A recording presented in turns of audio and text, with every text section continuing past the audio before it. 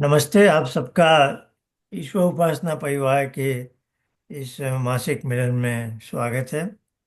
आज हमने कुछ विषय लिए हैं जो हमारे व्हाट्सएप समूह में चर्चा चल रही थी। अच्छे विषय थे, तो मुझे लगा वो आज हम ले सकते हैं। मुझे थोड़ी जल्दी भी है, एक जगह जाना है, तो जैसा भी है मैं उस पर पूरा न्याय करने का यत्न करूंगा।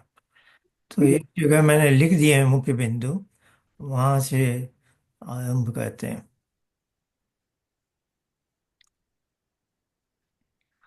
तो एक विषय उठा था।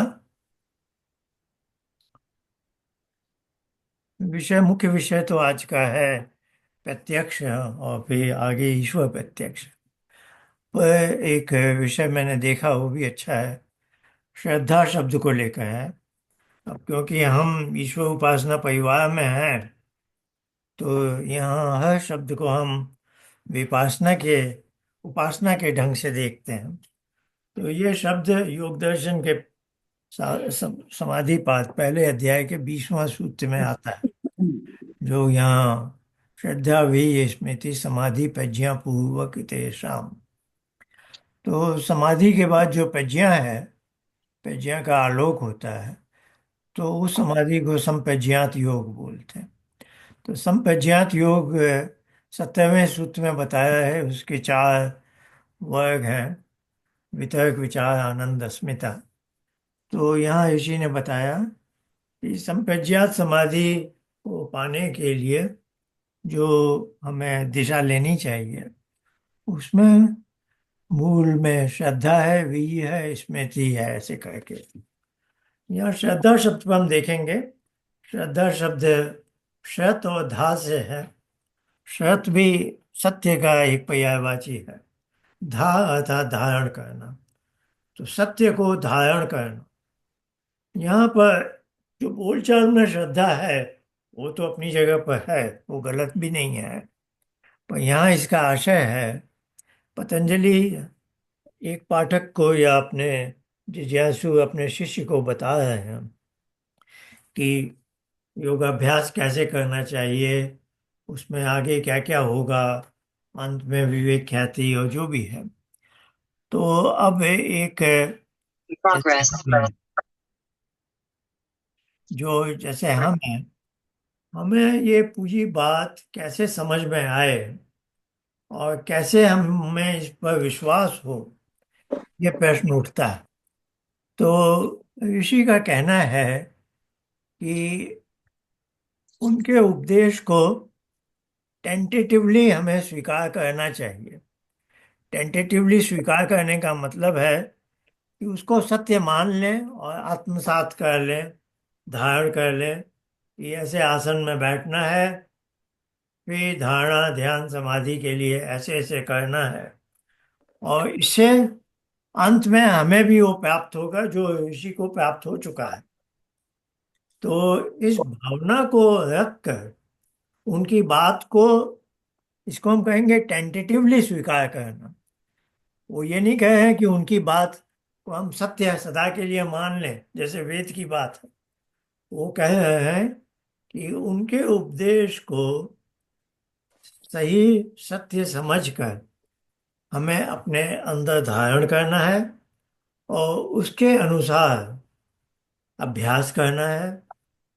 और अभ्यास की परिणति अंत में हमें भी वो सत्य का प्रत्यक्ष हो जाएगा, जिसको आज हम शब्द प्रमाण के रूप में उनकी बात को स्वीकार कर रहे हैं।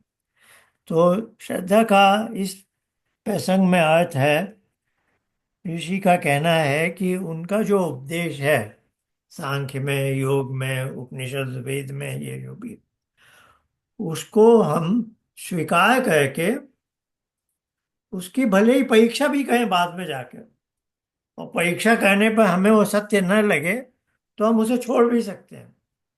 और ऋषि का कहना है कि तुम मेरे उपदेश को समझ कर उसके अनुसार अभ्यास तभी कर सकोगे जब तुम उसको सत्य समझ लोगे। यदि तुम उसे स्वीकार ही नहीं करोगे, उसे मानोगे ही नहीं, तो फिर ये तुम्हारा अभ्यास होगा नहीं सही। अभ्यास सही नहीं होगा तो तुम सत्य की परिणति पर पहुंच भी नहीं पाओगे।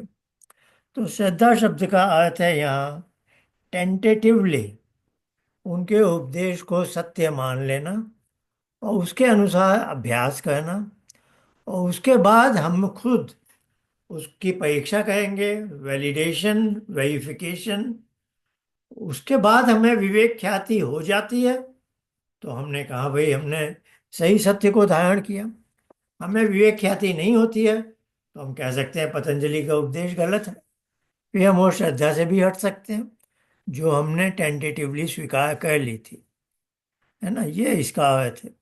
इसी आशय को सांख्य में, ये जो दूसरा सूत्र है, छठे अध्याय का 34वां, सांख्य में इसी आशय को दूसरे शब्दों में लिखा है। वहां है श्रुति विरोधात न, यानी श्रुति यानी वेद से जो विरोध करता है ना। तो कुतर्क, ऐसे व्यक्ति को उन्होंने नाम दे दिया कुतर्क करने वाला। अपर सदस्य आत्मलाभ, उसको अपने आत्म साक्षात्कार नहीं होने वाला। न पद यहाँ पर है। जो यहाँ पर सांख्य ने क्या कहा कि वेद में कहा है कि एक मनुष्य या जीव में पुरुष और बुद्धि दो तत्व हैं। पुरुष में चेतना है, बुद्धि में चेतना नहीं है, जो मैनिफेस्ट करती है, जिसमें परिणामिता है। तो ये दो तत्व मिलकर एक जीव बनता है। और मनुष्य का उद्देश्य है जीवन का कि इन दो तत्वों के भेद का साक्षात्कार ले, पुरुष भेद का विवेक, पुरुष और बुद्धि के भेद का साक्षात्कार करना, उसको कहते हैं विवेक ज्ञान प्राप्त करना या विवेक ख्याति। तो सांख्य में इसको क्या कहा कि ये जो बात है कि मैं पुरुष आत्म तत्व है और मेरी बुद्धि जड़ प्रकृति से बनी है लेकिन उसमें परिणामिता है, हम दो ऐसे तत्व का संयोग से मनुष्य बना है। यह वेद का वचन है। इस वचन से हम विरोध जो करता है, जो इसको नहीं स्वीकारता, वो व्यक्ति हो गया कुतर्क। उस कुतर्क को व्यक्ति को आत्मलाभ यानी आत्म साक्षात्कार नहीं होगा। न पद यहाँ पर है। श्रुति विरोधात न आत्मलाभ, किसको? जो कुतर्क कह रहा है। तो योग में जो एक बीच में जो बात कही गई है कि टेंटेटिवली एक सत्य को स्वीकार करना, वही सांख्य में कहा कि यह वेद का वचन है, वेद की बात है, इसको शब्द प्रमाण के रूप में मान लो, तभी तुम्हें ये सब सांख्य का उपदेश समझ में आएगा और तभी तुम आत्मोन्नति करके आगे बढ़ पाओगे, है ना। तो चलिए, ये एक विषय था जो हमारे परिवार में आया था। अब मुख्य विषय था कि प्रत्यक्ष करने का। तो वहाँ लिखा है किसी ने कि न्याय दर्शन में प्रत्यक्ष है इंद्रिय का विषय से सन्निकर्ष हो, ऐसे ऐसे करके, है ना, इस तरह से, और मन ने उसको इंद्रिय वृत्ति को ग्रहण कर लिया हो, ऐसे। पर सांख्य में थोड़ा व्यापक है, तो ये हम समझना चाहते हैं। तो सांख्य में क्या है, क्योंकि सांख्य मुख्यतः उपासना का है, तो सांख्य एक षड दर्शन में सांख्य सबसे पहले है।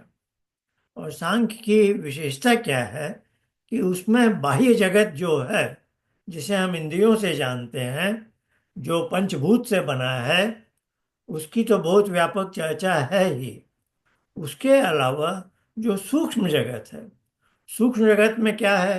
महत, अहंकार, हमारे मनस और इंद्रियां, और पंच तन्मात्र है, जिसको पंच सूक्ष्म भूत भी बोलते हैं। ये सूक्ष्म जगत कहलाता है। ये सूक्ष्म जगत की भी व्यापक चर्चा है, क्योंकि सांख्य में और योग में उपासना का उपदेश है।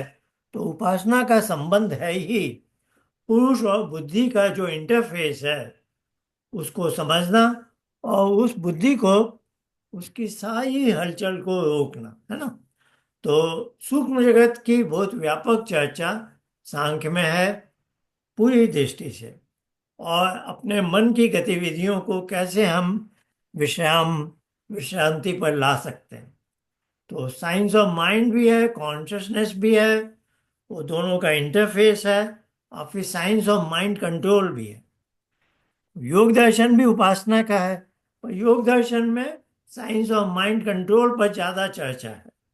साइंस ऑफ माइंड कंट्रोल, चित्तवृत्ति निरोध, उस पर व्यापक चर्चा है ना। लेकिन सांख्य में उसके पहले अधिक व्यापक चर्चा है। ये सूक्ष्म जगत कैसा है, हम बंध में कैसे आए, बंध के क्या कारण हैं, बंध से निकलने के क्या रास्ते हैं, और पुरुष की क्या विशेषता है, बुद्धि की क्या है, ये दो अलग तत्व क्यों हैं, इनके बिना हम अपने आप अपने व्यवहार को नहीं समझ सकते, इत्यादि इत्यादि बहुत व्यापक चर्चा। अब सांख्य में सूक्ष्म जगत की भी चर्चा है। इस कारण से न्याय, वैशेषिक, मीमांसा, वेदांत जो बाद के दर्शन हैं, उनमें सूक्ष्म जगत की चर्चा नहीं है, क्योंकि वो दोबारा रिपीट नहीं करते हैं वो बातों को, है ना। जो बाद के ऋषि हैं, उन्होंने उस समय की आवश्यकता के अनुसार बाह्य जगत के बारे में और मोक्ष प्राप्ति का उपाय के बारे में चर्चा की है, जैसे उस समय की मांग थी। पर उन्होंने सूक्ष्म जगत की चर्चा नहीं की है। ये बात को आप समझ लें, तो आपको कहीं कोई विरोध नहीं है, सभी दर्शनों में एक ही बात है, लेकिन अपने अपने समय के अनुसार है।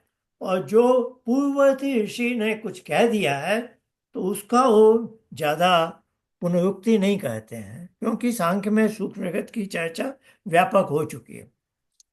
अब हम सांख्य में जो प्रत्यक्ष जिसको हम कहते हैं, उसके दो भाग हैं, एक और दो।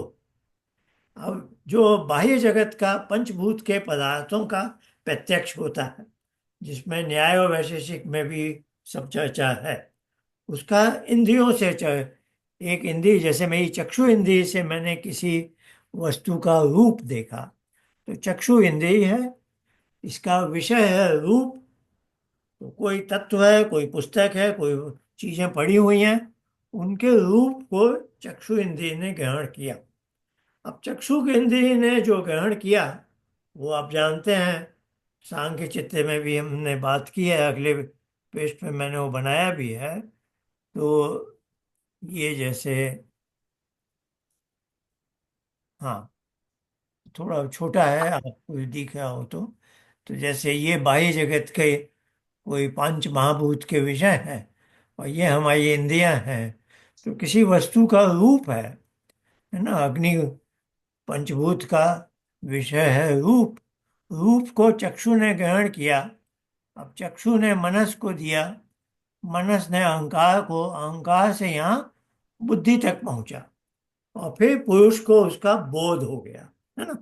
इस पूरी प्रणाली को एक नाम दिया गया है, क्या कहते हैं, इंद्रिय प्रणाली। तो इंद्रिय प्रणाली से हमें बाह्य जगत के विषयों का ज्ञान होता है ना, जो पंचभूत से विषय है। अब हम वापस इधर आ जाते हैं। और थोड़ी देर मैंने आपको सांख्य चित्र दिखाया। तो पंचभूत के पदार्थों का इंद्रिय प्रणाली द्वारा बुद्धि पर जो ज्ञान पहुंचता है, उसको बुद्धिवृत्ति कहते हैं। और वही बुद्धिवृत्ति का मुझे बोध हो जाता है, तो यहाँ शब्द है पुरुष को बोध होना, है ना। तो पुरुष को जो बोध हुआ, क्योंकि बुद्धि ने उसका प्रकाश किया, पुरुष को बोध हो गया। पुरुष को बोध ये ऑटोमेटिक है।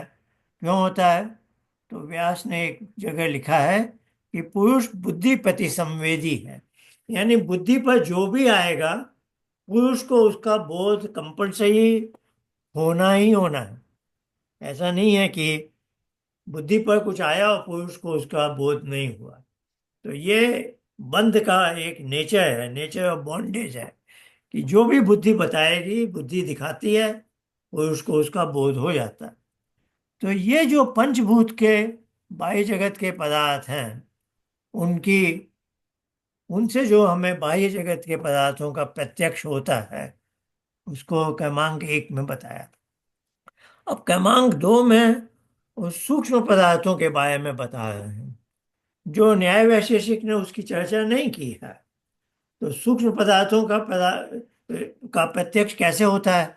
तो बताते हैं, जब एक योगी संप्रज्ञात समाधि में जाता है तब उसको सूक्ष्म पदार्थों का बोध होता है। अब जो ये प्रक्रिया उसे कब मिलती है? जब वो चित्तवृत्ति निरोध कर लेता है। चित्तवृत्ति निरोध से वो समाधि में पहुंचा, तब ईश्वर ने उसे प्रज्ञा का आलोक दिया।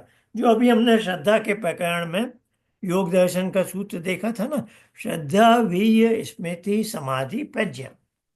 तो एक योगी समाधि में गया, अब उसके चित्त पर ईश्वर की कृपा से प्रज्ञा का आलोक हुआ। ये इंट्यूटिव नॉलेज है अंदर से।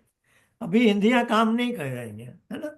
इंद्रिय प्रणाली पूरी अभी बंद है। तो सूक्ष्म पदार्थों का ऐसे प्रत्यक्ष होता है। तो अब इन दोनों का, इसको हम चित्तवृत्ति कहेंगे, इसको हम बुद्धिवृत्ति नहीं कहेंगे, है ना। क्यों? क्योंकि चित्त वृत्ति निरोध के बाद ये अवस्था प्राप्त हुई है ना। अभी बुद्धि काम नहीं करे, ये बुद्धि के रूप में जिसको हम बुद्धि का व्यवसाय कहते हैं, वो नहीं होया। बुद्धि शांत हो गई है, चित्त बन गई है, और चित्त की भी वृत्तियों का योगाभ्यास द्वारा निरोध कर लिया गया है। तो प्रकाश, ईश्वर की तरफ से एक पुरस्कार मिलता है कि इस व्यक्ति को मुझे ये ज्ञान देना चाहिए। तो ईश्वर उसको एक विशेष ज्ञान का, उसके चित्त के माध्यम से, चित्त का माध्यम यहाँ काम कर रहा है, चित्त के माध्यम से उसे एक प्रज्ञा का आलोक है। प्रज्ञा में भी ज्ञान शब्द है ज्ञान के लिए, पर उपसर्ग लगा है प्रकर्षण, क्योंकि यह पूरा ज्ञान है। उस वस्तु का पूरा ज्ञान मिल रहा है क्योंकि ईश्वर से मिल रहा है।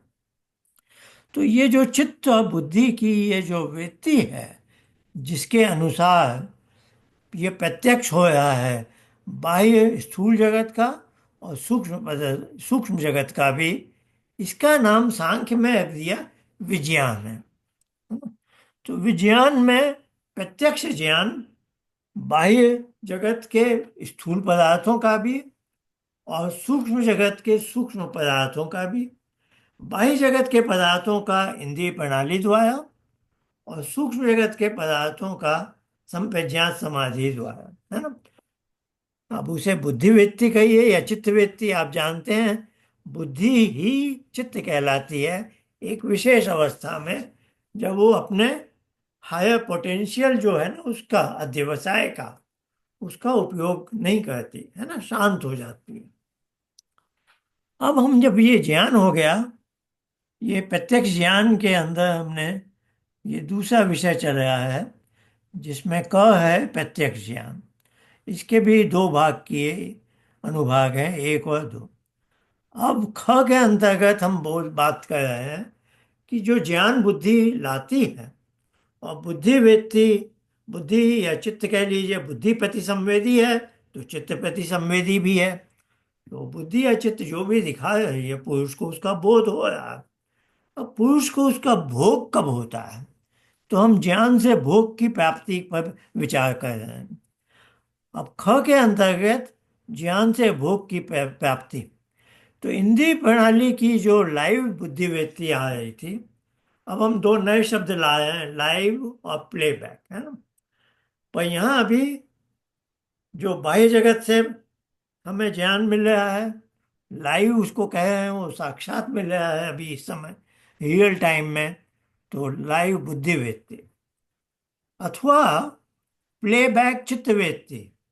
अब हम जैसे स्वप्न देख रहे हैं, तो स्वप्न में बुद्धि तो चित्त बन गई है, लेकिन बहुत कुछ आ जा रहा है, वृत्तियां बदल रही हैं, और स्वप्न में भी कभी कभी हमें सुख और दुख की प्राप्ति हो जाती है ना। जिसको बोलते हैं ना दुस्वप्न, तो नाइटमेयर। तो बहुत भयानक स्वप्न भी आ जाते हैं जिससे बड़ा दुख होता है।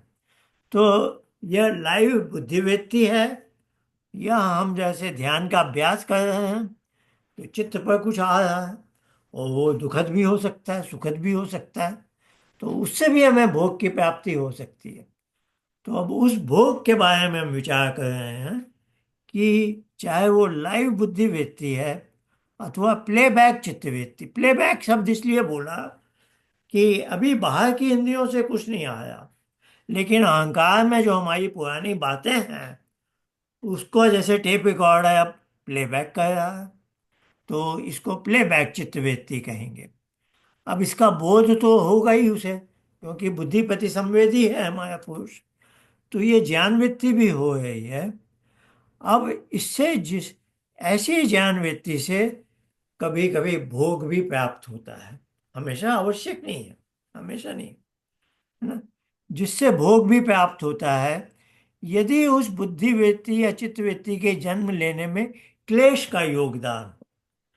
तो ये जो बुद्धि वृत्ति, जब हम आंखों से कुछ देख रहे हैं, लेकिन इसका ड्राइविंग फोर्स यदि क्लेश है, क्लेश में मुख्यतः राग और द्वेष है, राग द्वेष की भावना से हम कुछ देखते हैं मजा लेने के लिए, तब हमें वो ज्ञान वृत्ति भोग वृत्ति बन जाती है ना।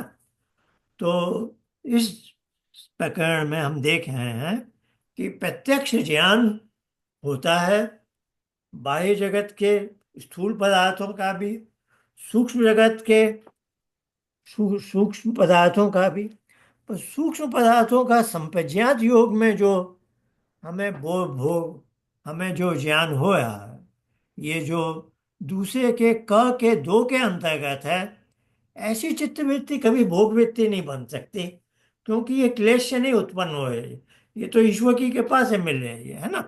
तो आपको ध्यान रखना होगा ये कब ज्ञान वृत्ति भोग वृत्ति बन सकती है, जब वो इंद्रिय प्रणाली द्वारा हो और ड्राइविंग फोर्स क्लेश हो, या हमने बाहर के पांचों इंद्रियों के दरवाजे बंद कर दिए हैं, लेकिन हमारे अहंकार से कुछ आया।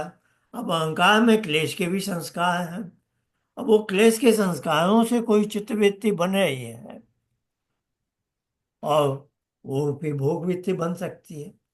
तो अभी हम ये विचार ज्ञान और भोग का कर रहे थे। अब यहाँ मैं थोड़े टर्म लाया हूँ, ध्यान देने की बात है कि भोग वृत्ति का अनुभव होता है जैसे ज्ञान वृत्ति का बोध होता है।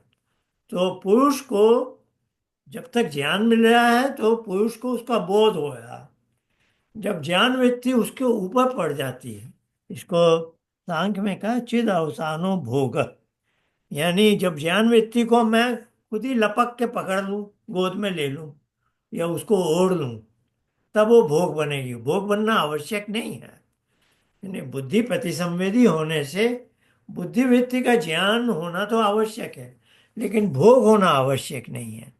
भोग तभी होता है जब वहाँ क्लेश का अपना एक महत्वपूर्ण रोल है। ज्ञान वृत्ति के लिए जैसे बोध शब्द है, तो भोग वृत्ति के लिए शब्द है अनुभव, है ना। तो अनुभव साक्षात पुरुष को हो रहा है ना। तो ये टेक्निकलिटी आपको थोड़ी समझनी है, क्योंकि अब हम ईश्वर का प्रत्यक्ष पे जाने वाले हैं, तो वहाँ ये आवश्यक है कि इन बातों को समझ लेना। अब ये सांख्य चित्त आप कई बार देख चुके हैं, हम इस पर चर्चा भी कर चुके हैं, आवश्यक हुआ तो मैं इस पर फिर आऊंगा। अब ये तीसरा प्रकरण ले रहा हूं मैं, ये ईश्वर प्रत्यक्ष के पहले दो विषय में उठा रहा हूं। देखिए, पांचवा विषय है आज का ईश्वर प्रत्यक्ष, तो तीसरा विषय में ले रहा हूं सुषुप्ति। सुषुप्ति भी बड़ा विलक्षण है। अभी हमने भोग के बारे में देखा कि उसका साक्षात पुरुष को अनुभव होता है, वो जैसी चीज उसको छू जाती है ना।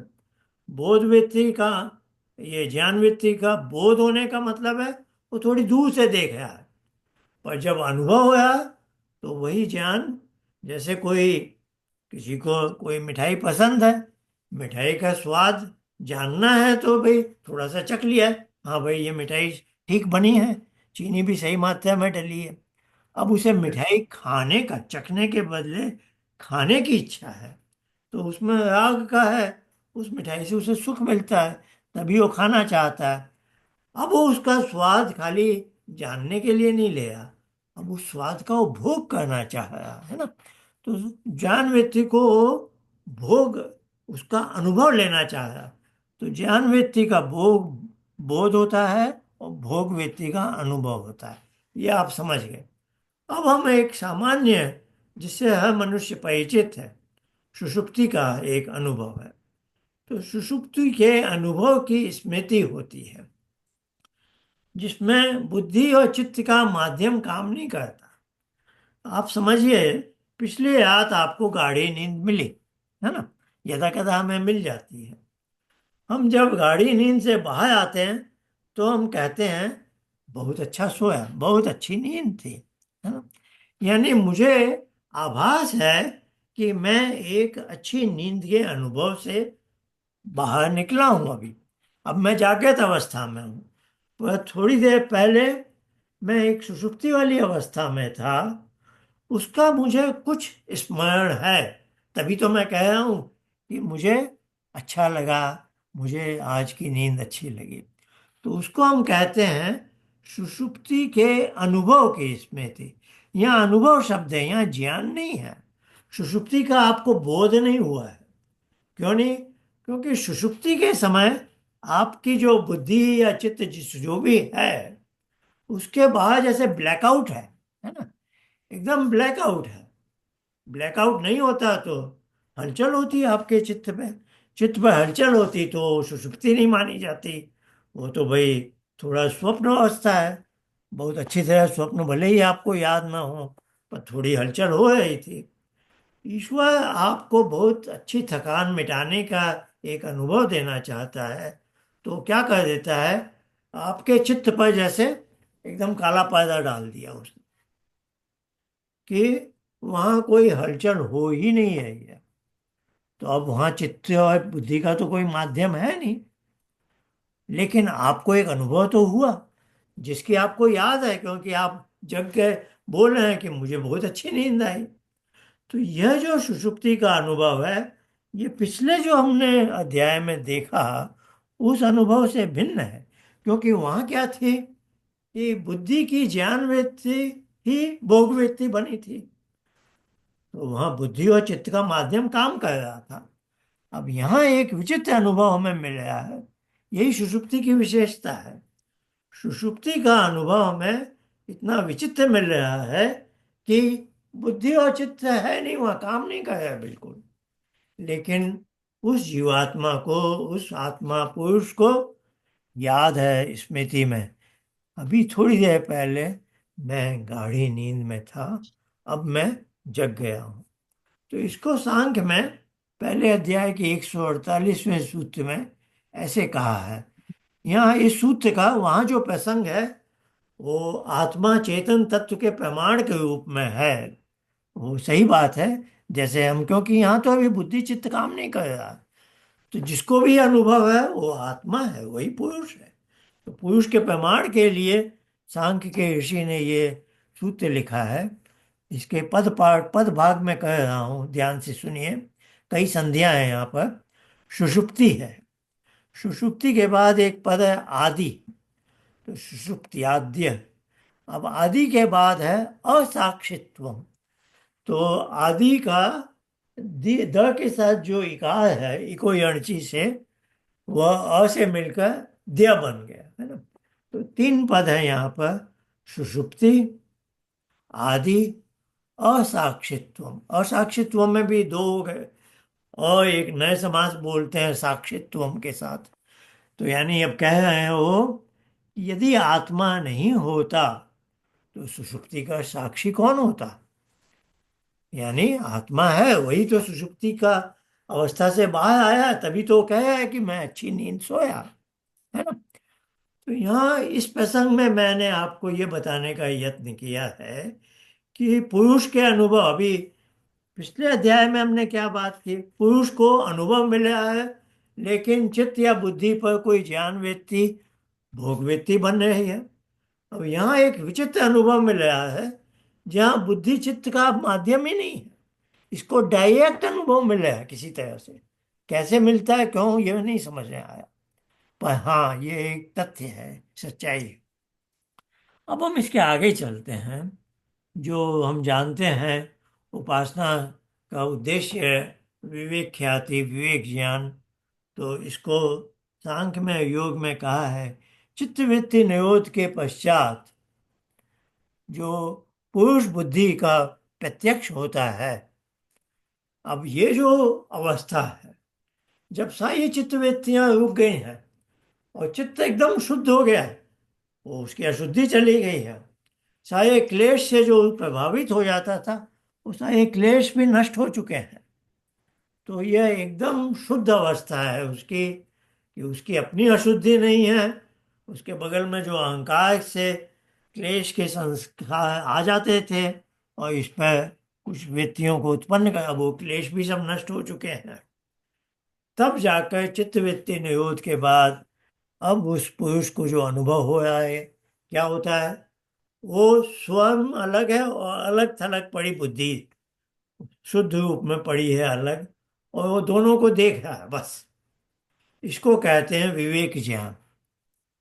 तब वो समझ जाता है कि वो जड़ पदार्थ है, त्रिगुणात्मक है, उसके तीन गुणों की उथल पुथल से उसमें परिणामिता आती है, बदलता रहता है। तो सारा जगत की सब चीजों को मुझे दिखाता है बुद्धि, और वही क्लेश से यदि बुद्धि वृत्ति उत्पन्न हुई है तो मुझे भोग भी दिलाती है। तो अब उस पुरुष को साक्षात विवेक ज्ञान हो जाता है कि मैं तो असल में ये हूं, जो यह आत्म तत्व है, और यह मेरे काम चलाने के लिए, संसार की गतिविधि के लिए मुझे बुद्धि दी गई थी। अब मैं इसको देख रहा हूं, ये मुझसे अलग है। अब यहाँ पर बुद्धि माध्यम का काम नहीं कर रही है, यहाँ वो साक्षात बुद्धि को भी देख रहा है और अपने आप को भी देख रहा है। बल्कि वो जो महत बुद्धि बना है, इसी के चैतन्य के प्रकाश से प्रकाशित होकर बना है। तो यह सब चीज अब उसे अच्छी तरह से समझ में आ रही है ना। तो यह हमारे मनुष्य के जीवन के उद्देश्य की पराकाष्ठा बताई गई है। तो इसमें भी बुद्धि कोई माध्यम बनकर बुद्धि के अतिरिक्त किसी पदार्थ को नहीं दिखाती। इसमें बस बुद्धि अपने आप को अपने रूप में दिख रही है उसे, और उसे अपना आत्म तत्व, वो अपने आप का बोध हो रहा है। अब अपने आप को जानना जैसे भी होता होगा, हम तो वहां तक पहुंचे नहीं हैं, पर यह एक विचित्र चीज बताई जा रही है ऋषियों के द्वारा कि वहां पहुंचने पर ऐसा होता है ना। यह एक पर्वत शिखर के सबसे बाद अंत में यह होना है। अब ये प्रत्यक्ष के बारे में इतना विचार होने के बाद हम अब विचार करते हैं ईश्वर प्रत्यक्ष पर, है ना। ईश्वर प्रत्यक्ष कैसे होता है? तो ईश्वर प्रत्यक्ष के हमने यहाँ दो भाग बनाए हैं। तो पहले प्रथम भाग पर देखेंगे। इसमें हम कहते हैं, ये जो चौथे अध्याय में हमने विवेक ख्याति विवेक ज्ञान की बात की, तो उसी के प्रसंग में उस आत्म तत्व को ऐसा भान होता है जैसे सुषुप्ति का उसको एक अनुभव हुआ। यहाँ पर उसे एक अनुभव होता है जैसे कि उसने परमेश्वर के आनंद स्वरूप भाव में मग्न हो गया था। तो इसका उदाहरण दयानंद ने क्या दिया है सत्यार्थ प्रकाश में, जैसे कोयले की जलती हुई भट्टी में काले लोहे को डाल दें, तो जैसे सब अंगारे लाल हैं, थोड़ी देर बाद काला लोहा भी लाल हो जाता है। तो अब जैसे भट्टी में सब लाल अंगारे हैं, वैसे ही लोहा भी हो गया। उसको बाहर निकाला, थोड़ी देर के बाद वो फिर काला हो जाएगा। तो उस प्रकार जब जीवात्मा यहाँ तक चित्तवृत्ति निरोध तक पहुंचा है, तो वहां पर उसे लगता है कि उसने परमेश्वर के आनंद सागर में डूब गया है। अब जब डूब गया है, तब उसे एक अनुभूति हो है, ये अनुभव है ना। इसीलिए अनुभव शब्द बड़ा विचित्र अनुभव है ना। भोग में अनुभव होता है, वो बुद्धि वृत्ति चित्त वृत्ति का परिणाम स्वरूप। उसके बाद जो हम बात कर रहे हैं, वो सब बुद्धि और चित्त भी कोई माध्यम नहीं बने। अब वो उसको डायरेक्ट अनुभव हो रहे हैं कुछ, है ना। तो यहाँ पर पूर्ण परमेश्वर के आनंद स्वरूप भाव में जो उसको अनुभव होता है, वो एक विलक्षण अनुभव है। तभी हम आनंद पद को बोलते हैं अनिर्वचनीय है, इनडिस्क्राइबेबल, है ना। बाकी सब इंद्रिय सुख वगैरह हम बता सकते हैं कि भाई वो लड्डू खाने से ये सुख मिला, सुनने वाला भी जानता है, उसने भी लड्डू खा के देखा है, हाँ भाई हाँ, बड़ा सुख देता है। पर अब एक ऋषि हमें कहे कि विवेक ख्याति के बाद वहां पर परमेश्वर का आनंद मिलता है, तो उन्होंने तो देखा हुआ है। अब हम तो सुन रहे हैं, हमें नहीं पता आनंद क्या है। तो इसलिए जब वक्ता जानता है लेकिन श्रोता को समझ में नहीं आता है, ऐसे पदों को बोलते हैं अनिर्वचनीय। तो यह अनिर्वचनीय पद है। इसीलिए सांख्य में ये नहीं कहा है अत्यंत पुरुषार्थ आनंद प्राप्ति, वहां क्या कहा, अत्यंत दुख निवृत्ति ही अत्यंत पुरुषार्थ है। क्योंकि वो कह देते हैं आनंद प्राप्ति है अत्यंत पुरुषार्थ, तो हमें तो वही आनंद नहीं मालूम, कोई नहीं समझ पाता। अत्यंत दुख निवृत्ति हम समझ जाते हैं कि हाँ भाई वहां दुख बिल्कुल नहीं आएगा, दुख तो हम सब जानते हैं क्या होता है। तो यह जो पुरुष है, आत्म तत्व है, जब यहां से निकल के वापस आया संसार में जागृत अवस्था में, जैसे सुषुप्ति से हमें बाहर आते हैं, सुषुप्ति बाय डिफॉल्ट नहीं है, जागृत अवस्था बाय डिफॉल्ट है, वैसे ही यह समाधि भी बाय डिफॉल्ट नहीं है। ये एक विशेष परिस्थिति में विशेष मनुष्य को प्राप्त हो गई। अब ये वहां से बाहर आया जागृत अवस्था में, तब ये कहता है कि वो तो बड़ा विचित्र अनुभव था, वो कहाँ से मुझे मिला। अब यहाँ पर उसको ईश्वर का प्रत्यक्ष कैसे हुआ, कि अब वो कहता है कि मुझे जो वहां मिला वो डायरेक्ट ईश्वर से मिला, यानी मैं ईश्वर से मिल के आया हूँ। क्योंकि वो चीज मेरी अपनी होती तो जागृत अवस्था में भी मुझे आनंदित रहना चाहिए। कोई भी मनुष्य ऐसा नहीं है जो 24 घंटे आनंद में है, 24 घंटे सुखी भी नहीं है, कोई आनंद की तो बात ही दूर। तो यह जो आनंद का अनुभव है वो एक विशेष परिस्थिति में मुझे था, क्योंकि मैं ईश्वर के पास था, तो मैं ईश्वर से मिल के आया और उसने मुझे उतनी देर अपनी गोद में बिठा के आनंद रस का पान कराया। ये हो गया ईश्वर का प्रत्यक्ष। ईश्वर का प्रत्यक्ष ये नहीं है कि आंखों से दिख गया ईश्वर, ईश्वर का प्रत्यक्ष ये है। अब दयानंद ने एक बड़ी महत्वपूर्ण बात लिख दी है सत्यार्थ प्रकाश में, ये छठे सातवें समोल्लास में है कहीं। उन्होंने ईश्वर प्रत्यक्ष में एक बात लिख दी है कि जब भी मनुष्य कोई गलत कर्म करने बैठता है, सोचता है, तो उसके मन में, मैं ये नहीं कह सकता क्योंकि मन यहाँ नहीं है, उसके अंदर शंका भय लज्जा का भाव उत्पन्न होता है। अब ये शंका भय लज्जा, हम सब इससे गुजर चुके हैं, हर बच्चा इससे गुजर चुका है, बड़े होकर उसको नहीं मालूम है। कोई बड़ा अपराधी खूंखार आदमी होगा, वो कहेगा मुझे शंका भय लज्जा तो कभी नहीं होती, पर हाँ बचपन में हर किसी को थी। ये पहली बार बच्चा झूठ बोल रहा है, पहली बार चोरी करता है, और जो सच्चे बने रहते हैं उन्हें बड़ी आयु में भी होता है। कि हम कोई गलत कर्म करने बैठते हैं, तो जैसे ईश्वर में तीन चेतावनी दे, एक के बाद एक। पहली तो हमारे मन में शंका उत्पन्न, मन शब्द यहाँ गलत है, मेरे मुंह से निकल रहा है बार बार, हमारे अंदर शंका का एक भाव उत्पन्न होता है, क्या यह मुझे करना चाहिए, जिस दिशा में मैं सोच रहा हूं क्या। फिर एक भाव उत्पन्न होता है भय का, कि कोई देख तो नहीं रहा, क्योंकि गलत काम आप सबके सामने नहीं कर सकते, छिप के करने पड़ते हैं।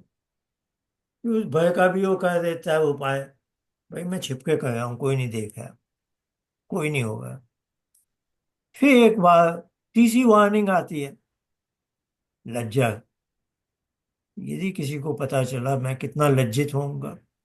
तो ये शंका भय लज्जा की ये ट्रिपल वार्निंग सिस्टम है एक अजीब सा, क्योंकि ईश्वर ने मनुष्य को कामाधिकार दिया है, कर्म करने का अधिकार पशु पक्षी को नहीं है। अब कर्म अच्छे भी हो सकते हैं, धर्मानुसार भी और अधर्म के भी।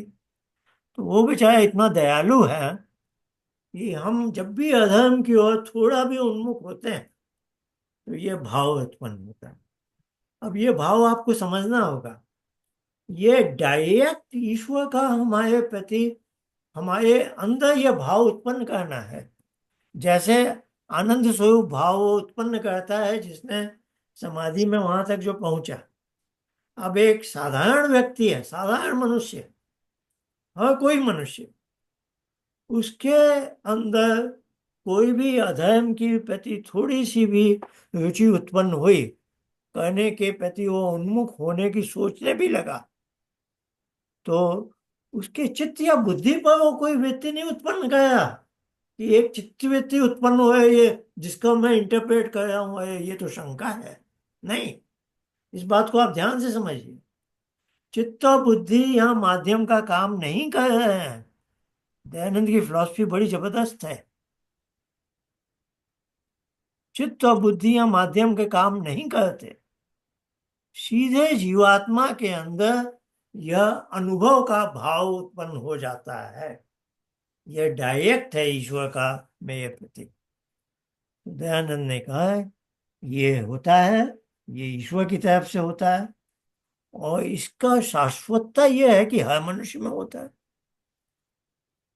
अब एक ही मनुष्य में होता हो तो कह दे कि भाई मेरे माता पिता ने मुझे ऐसा उपदेश दिया था इसलिए वो शायद वैसी कुछ बात ऊपर जाती है।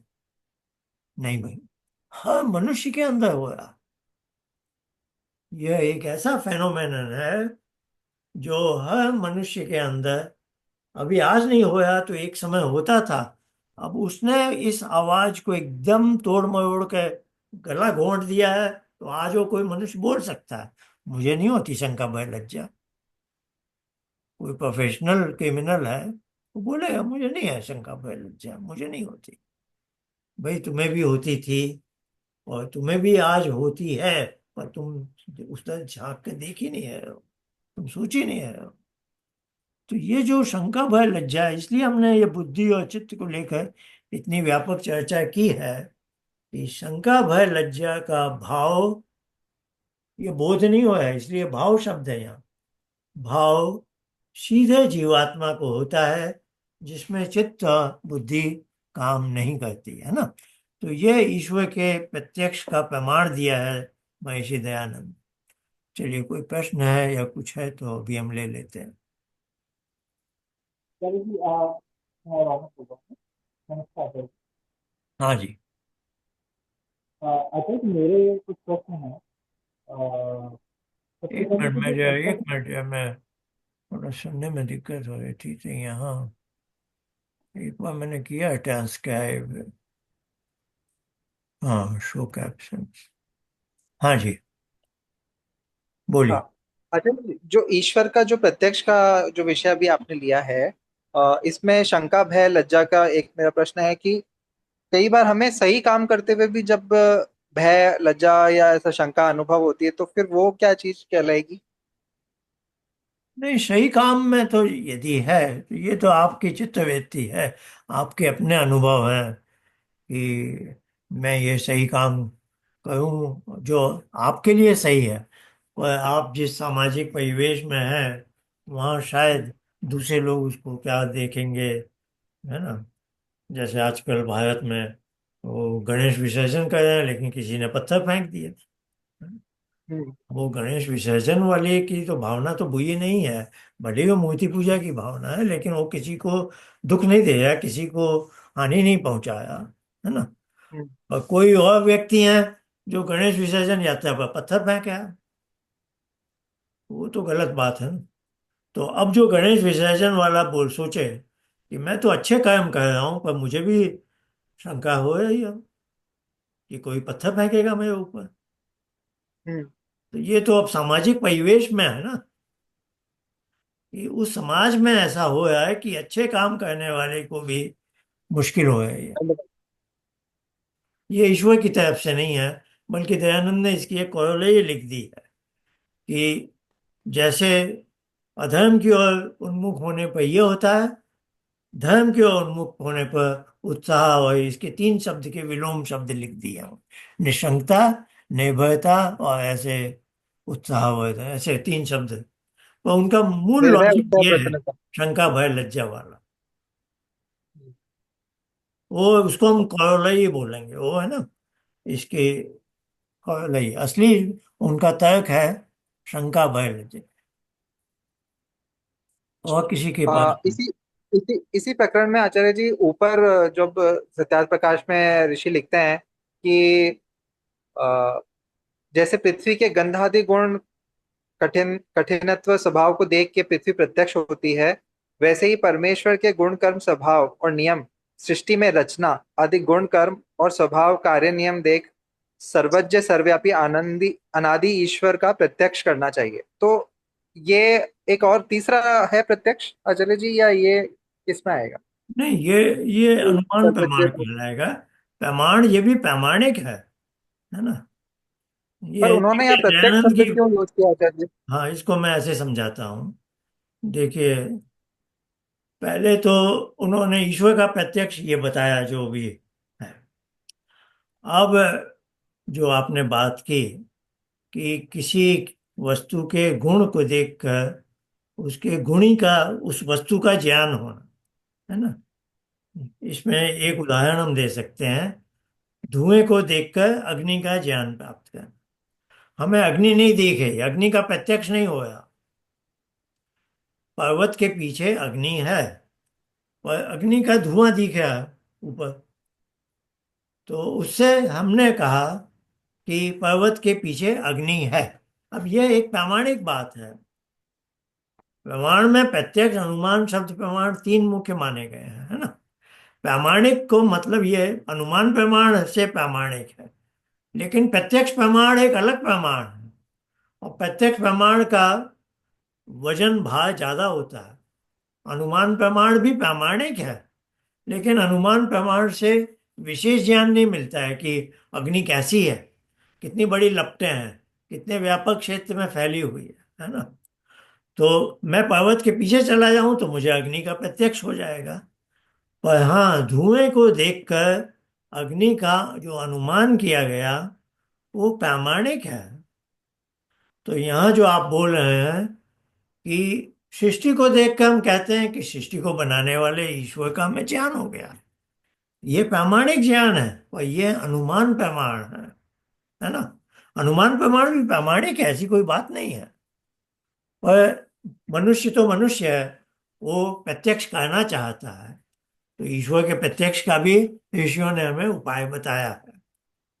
अब जो मैंने भी आपके सब ये देखे थे, तो गुण और गुणी शब्द वाला भी, ये दयानंद क्या प्रत्यक्ष को देखने में, प्रत्यक्ष के लिए देखिए। अब ये गुण और गुणी वाली बात आई है, मैं किसी के संदेश में मैंने देखा है, शायद आपने ही लिखा होगा, है ना। जो अभी मैंने ही आपने लिखा था। पृथ्वी के गंध की बात कही है, तो इसी में जी जी। तो दयानंद का ये बड़ा फैंटास्टिक लॉजिक है।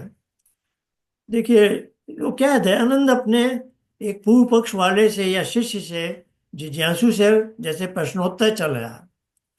तो जिज्ञासु पूछ रहा है कि भाई, इतनी वार्तालाप हम लोग ईश्वर का कहते हैं, और ईश्वर का प्रत्यक्ष तो होता नहीं है, तो कैसे हम ईश्वर को माने। तो दयानंद पहले स्तर पर उसको कहते हैं, उसको बता रहे हैं कि तुम जिसे प्रत्यक्ष समझते हो ना, वो भी प्रत्यक्ष नहीं है असल में। ये उनका फर्स्ट लेवल ऑफ आर्गुमेंट है।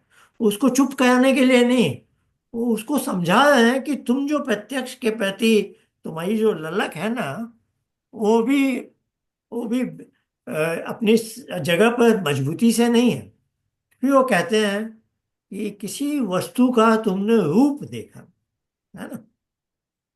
जैसे ये पुस्तक है सामने, पुस्तक का आपने हम्म। रूप देखा। अब यहाँ दो शब्द आते हैं, पुस्तक का गुण है, उसका रूप है। और जो पुस्तक है उसको हम इस भाषा में कहते हैं गुणी।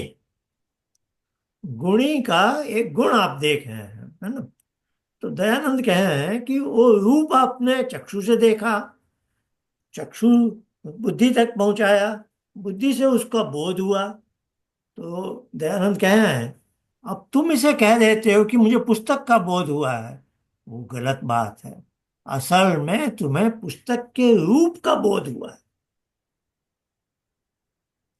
तो वहीं पर उसकी बात काट देते हैं कि तुम जो इंद्रियों से प्रत्यक्ष को इतना महत्व दे रहे हो, तुम्हें वस्तु तत्व का प्रत्यक्ष नहीं होता है, गुणी का नहीं होता है। तुम्हें गुणी के गुण का प्रत्यक्ष होता है, और उस गुण से तुम गुणी का अनुमान लगाते हो। हम्म। यानी वो जिज्ञासु को समझा है कि बोलचाल में तुम जिसे प्रत्यक्ष समझते हो, वो प्रत्यक्ष है ही नहीं। इसका मतलब ये मत लीजिए कि सांख्य की या न्याय दर्शन की प्रत्यक्ष की परिभाषा को नकार रहे हैं। वो बस जिज्ञासु को समझाना चाह रहे हैं कि असल में प्रत्यक्ष जो इंद्रिय प्रणाली वाला है, उसको तुम समझ रहे हो कि वो 100% प्रत्यक्ष है, और तुम्हें ईश्वर का प्रत्यक्ष वैसे चाहिए। वो कहे ये तुम्हारी सोच ही गड़बड़ है, क्योंकि ईश्वर का जो प्रत्यक्ष होना है उसमें इंद्रिय प्रणाली काम ही नहीं करती। वो तो डायरेक्ट जीवात्मा को होना है। तो भूमिका में वो उसको समझा रहे हैं कि तुम जिस प्रकार के प्रत्यक्ष को ज्यादा महत्व देते हो, दैट इटसेल्फ इज फॉल्टी चिंतन, वो दोषपूर्ण चिंतन है। पर वो अच्छा। देखिए, वो चिंतन तो है ही, उसके बिना दुनिया का व्यवहार नहीं चलेगा, है ना। तो इंद्रियों से हमें जो इंद्रिय प्रणाली से हम काम कर रहे हैं वो तो चलना ही है, और वो होना ही है। पर दयानंद एक गूढ़ अर्थ समझाना चाह रहे हैं कि तुम गुण को जानते हो, गुणी को नहीं जानते कभी। और असल में गुणी को जानते हो तो केवल ईश्वर को ही जानते हो। आप अपनी पत्नी है, बच्चे हैं, जितने भी निकट संबंध है, आप उसे इंद्रियों के माध्यम से ही तो जानोगे, मन से बुद्धि से ही जानोगे ना। जी। बिना चित्तवृत्ति बुद्धिवृत्ति से तो आप संसार की कोई चीज जान ही नहीं सकते। केवल ईश्वर है जिसे आप बिना बुद्धि चित्तवृत्ति के जानते हैं, जहां ये साधन की आवश्यकता नहीं है। तो ईश्वर का प्रत्यक्ष एक हाई लेवल पर है। पर सामान्य सड़क पर जो मैन ऑन द स्ट्रीट है, उसको तो ईश्वर का प्रत्यक्ष वैसे ही चाहिए, बालाजी के मंदिर में सामने दिख जाए। क्योंकि वो तो इंद्रिय प्रणाली वाले प्रत्यक्ष पर ही उसकी आस्था है। तो वैसे कैसे काम चलेगा। तो इसलिए समझाया जा रहा है, ये सब साधन है। जो चीज आत्मा से दूर है, जो अब आत्मा के अंदर व्याप्त है, सर्वव्यापक ईश्वर, उसको लिए ये साधन थोड़ी चाहिए। ये साधन तो सब उसके लिए बाधक बन जाते हैं। तभी तो चित्तवृत्ति निरोध कहा है कि चित्त भी सबसे प्रिंसिपल साधन है, पर इसको भी हमें हटाना है ईश्वर के लिए।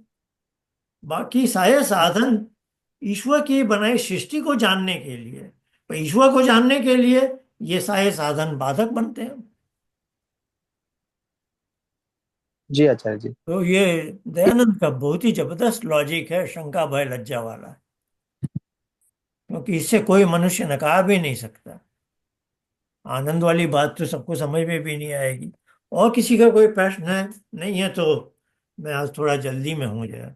एक है मेरा कोई अंतिम प्रश्न आवश्यक और है प्रश्न आचार्य आज जी। की बात पर? तो कविंद्र जी हाँ, का तो एक मैंने मेरा और नोट है। कर लिया, वर्णाश्रम वाली बात। आज की बात पर किसी को? एक मेरा और अंतिम प्रश्न है आचार्य जी। हाँ बोलिए। वो ले सकते हैं। हाँ सर, आचार्य जी, न्याय दर्शन में जो प्रमेय गिनी गई हैं उसमें आत्मा, बुद्धि, मन, ये सब विषय लिए गए हैं, जो 12 प्रत्यय गिने गए हैं।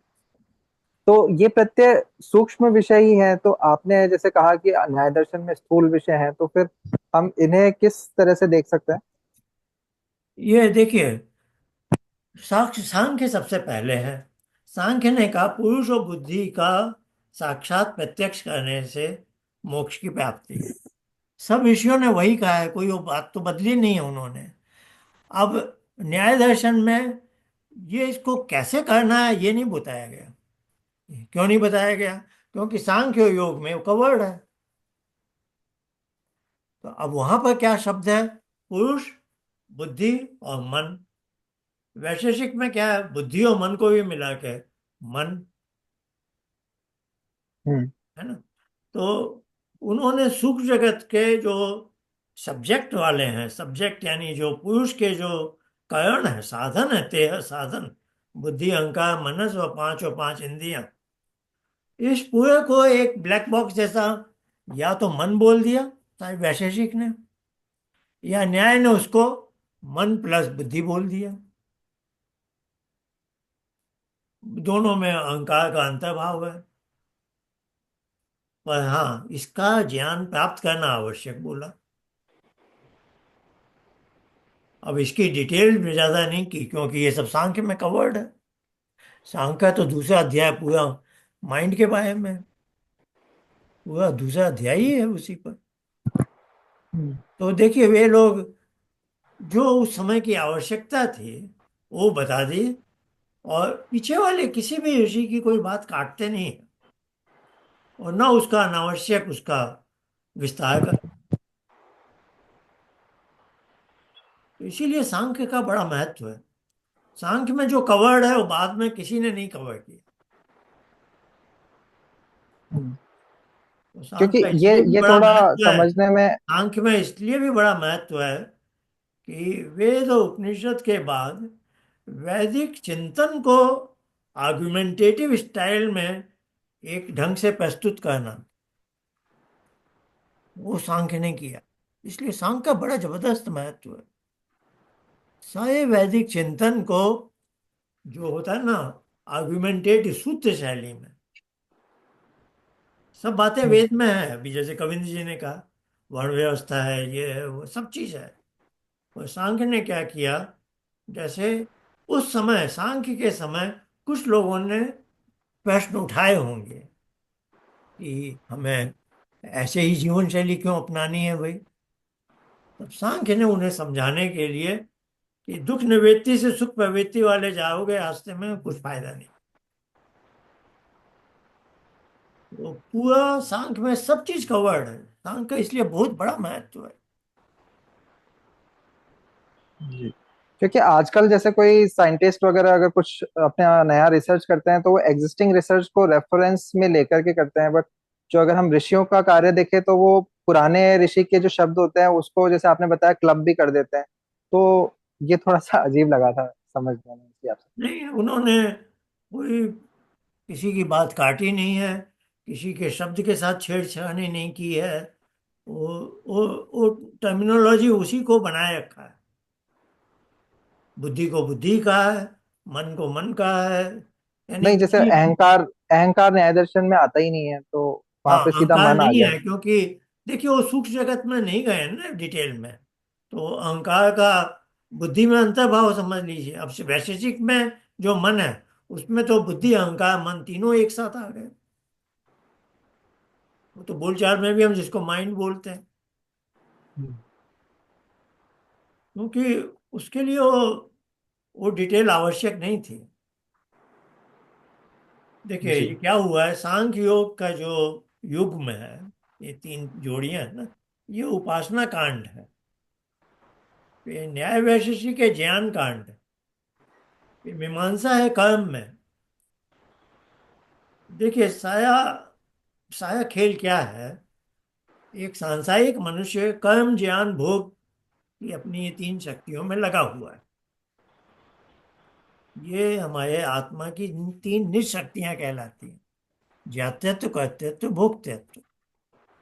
ये पशु पक्षी के साथ भी है। और वैदिक जीवन शैली है कि कर्म ज्ञान भोग के बदले कर्म ज्ञान उपासना की जीवन शैली बनानी। तो कर्म ज्ञान उपासना में आप देखेंगे, जैसे आज का मनुष्य है, कुछ मनुष्यों के कर्म अधर्म की ओर जा रहे हैं। तो इसको उपदेश दिया जाता है कि तुम अपने कर्म धर्मानुसार करो।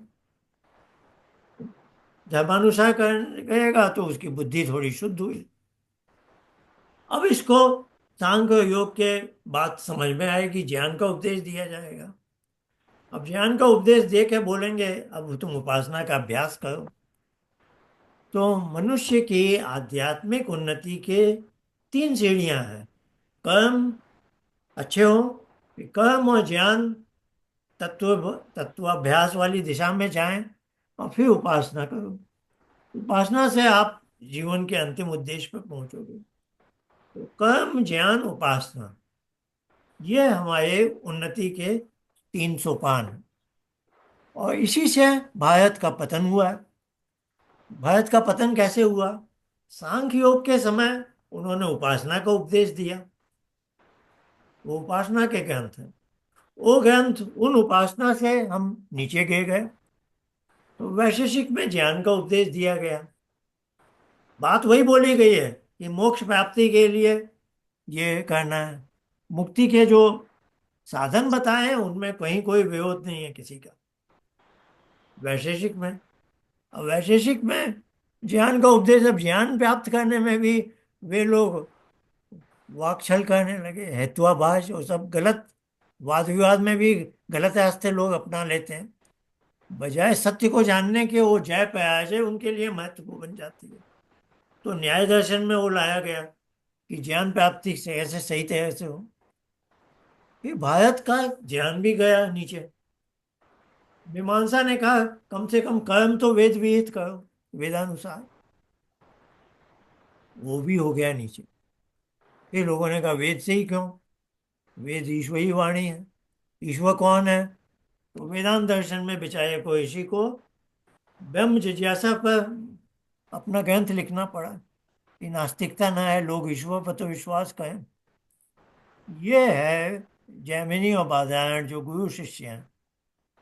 ये 6,000 साल पहले की बात है। इसके बाद महाभारत, इसके बाद देश का ऐसा पतन हो रहा है जैसे हम यहाँ पहुंचे। तो देखिए ये 3 सोपान हमेशा बने रहेंगे। उपासना, ज्ञान, कर्म। उपासना न रहने से अभी क्या हम क्या चाहते हैं? अभी मैंने अपने सांख्य भास्कर सब टाइटल ही बना लिया, उपासना उद्धायक भाष्य। अब जैसे जैसे उपासना आएगी वैसे वैसे हम थोड़ा थोड़ा ऊपर चढ़ सकते हैं। अब आ सकती है क्योंकि उपास सांख्य को अब हम काफी समझ गए हैं। अभी सांख्य के साथ गड़बड़ चल रही थी। आप जानते हैं योग का व्यास भाष्य है, पर सांख्य का कोई ऑथेंटिक भाष्य उपलब्ध नहीं है। ये एक बहुत बड़ी चुनौती थी। तो देखिए अब समय बदल सकता है। आपका कब आ रहा है आचार्य जी भाष्य?